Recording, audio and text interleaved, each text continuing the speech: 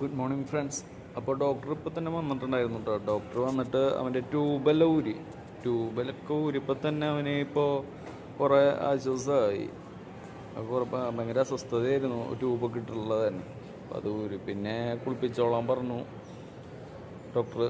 പിന്നെ ഡിസ്ചാർജിൻ്റെ കാര്യം നമ്മുടെ അടുത്ത് ഇപ്പോൾ ഒന്നും പറഞ്ഞില്ല, ഡോക്ടറായിട്ട് പറഞ്ഞില്ല. പിന്നെ കുറച്ച് കഴിഞ്ഞപ്പോൾ നേഴ്സ് വന്നിട്ട് പറഞ്ഞു, നിങ്ങൾ നാളെ ഡിസ്ചാർജ് ചെയ്യും, ഇന്ന് വണ്ടികളൊന്നും ഇല്ലല്ലോ, ഹർത്താലല്ലേ, അതുകൊണ്ട് നാളെ ഡിസ്ചാർജ് ചെയ്യുന്നതാണ് പറഞ്ഞത്.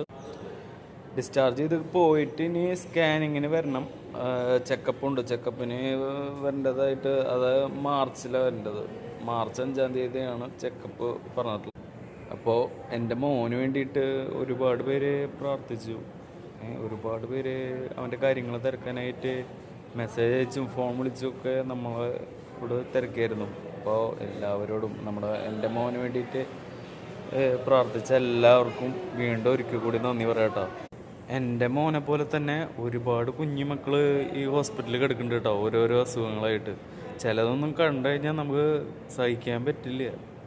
അപ്പം നമുക്കൊക്കെ അപ്പോൾ തോന്നും നമ്മുടെ മോനൊക്കെ അതിലൊക്കെ എത്രയോ കുറവാണ്. അപ്പോൾ ഈശ്വരൻ എന്തിനാണ് ഇങ്ങനെയൊക്കെ കുഞ്ഞുങ്ങൾ ജനിക്കുമ്പോൾ തന്നെ അവരോടൊക്കെ ഇങ്ങനെ കാണിക്കണം എന്നൊക്കെ തോന്നിപ്പോവും ചില സമയത്ത്.